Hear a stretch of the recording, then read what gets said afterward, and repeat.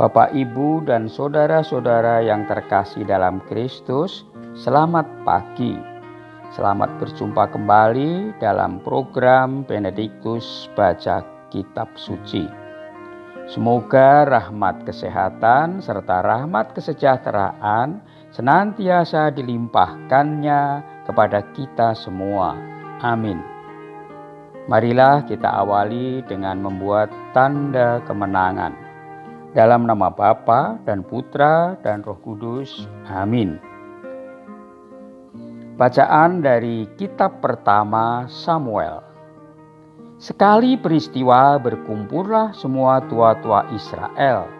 Mereka datang kepada Samuel di Rama dan berkata kepadanya, "Engkau sudah tua dan anak-anakmu tidak hidup seperti engkau. Maka angkatlah sekarang seorang raja untuk memerintah kami, seperti halnya dengan segala bangsa lain." Waktu mereka berkata, "Berikanlah kepada kami seorang raja untuk memerintah kami," Samuel menjadi kesal hati. Maka berdoalah Samuel kepada Tuhan. Tuhan bersabda kepada Samuel, "Dengarkanlah perkataan bangsa itu. Segala hal yang mereka katakan kepadamu, turutilah. Sebab bukan engkau yang mereka tolak, tetapi akulah yang mereka tolak.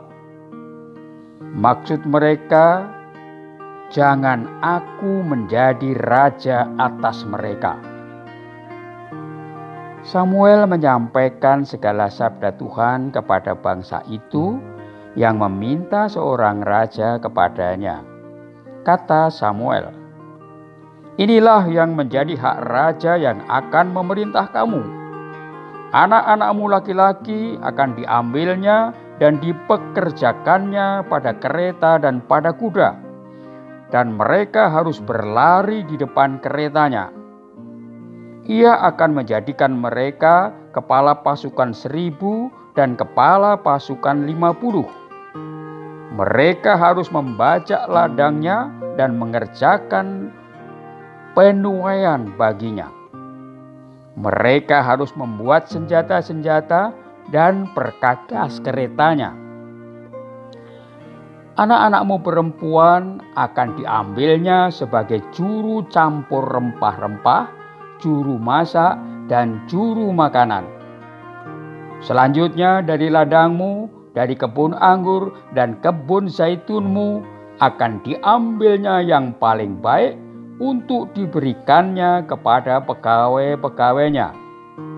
Dari gandum dan hasil kebun anggurmu akan diambilnya 1/10 untuk diberikannya kepada pegawai-pegawai istana dan kepada pegawai-pegawainya yang lain. Budak-budakmu laki-laki dan budak-budakmu perempuan, ternakmu yang terbaik dan keledai-keledaimu akan diambilnya dan dipakainya untuk pekerjaannya. Dari kambing dombamu akan diambilnya 1/10 dan kamu sendiri akan menjadi budaknya. Pada waktu itu kamu akan berteriak karena raja yang kamu inginkan itu, tetapi Tuhan tidak akan menjawab kamu." Tetapi bangsa itu tidak mau mendengarkan perkataan Samuel.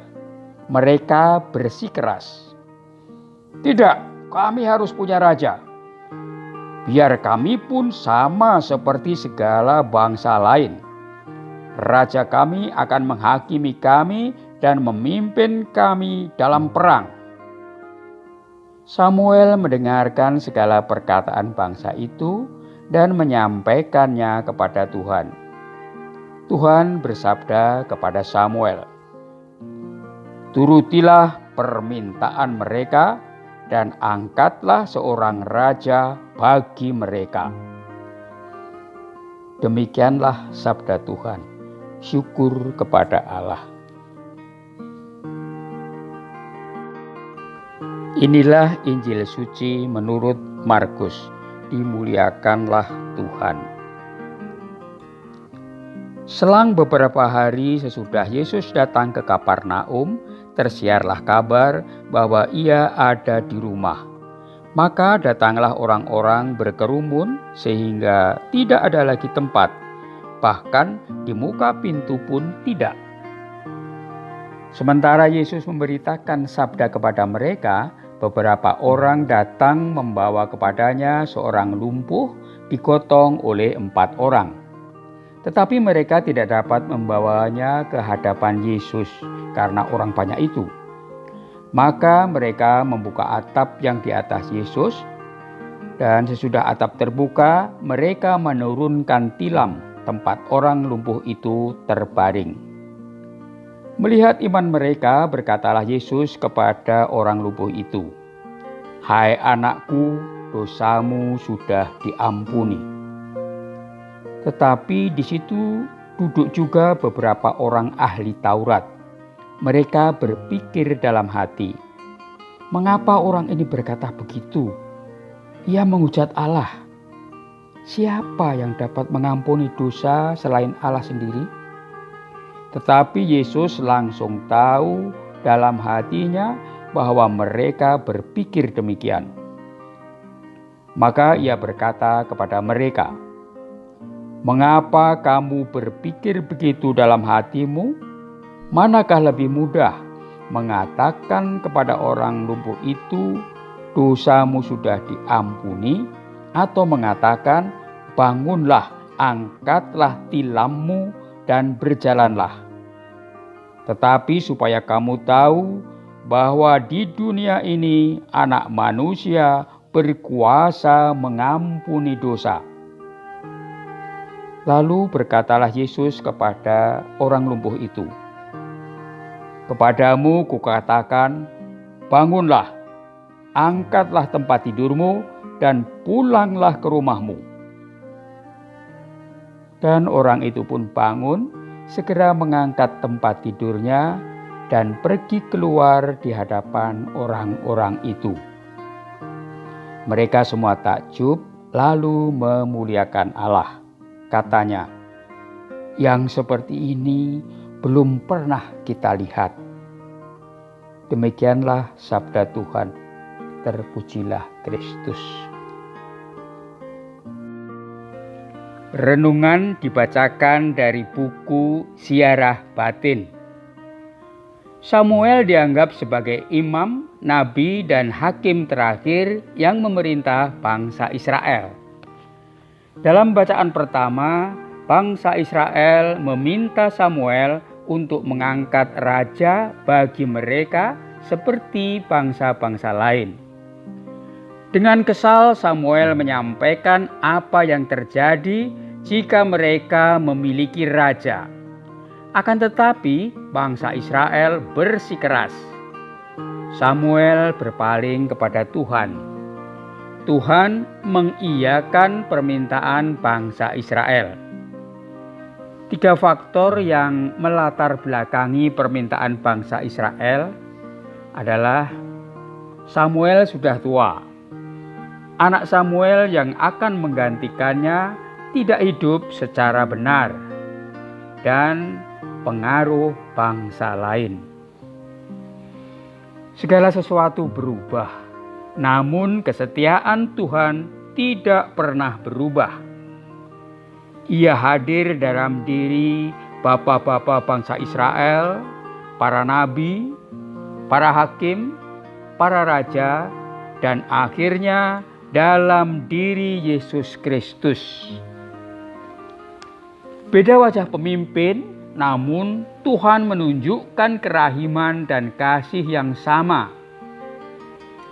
Injil hari ini menunjukkan Yesus dalam kasih dan kerahimannya menyembuhkan orang sakit dan memberi pengampunan kepada orang berdosa.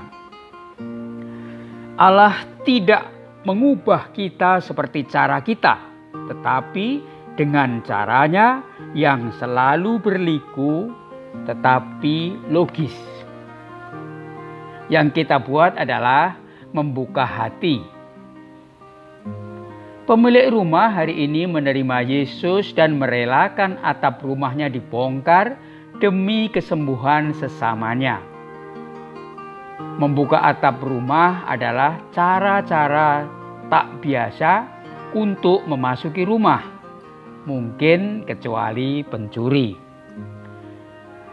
Untuk bertemu Tuhan memang perlu cara yang tak biasa, yang tak lazim.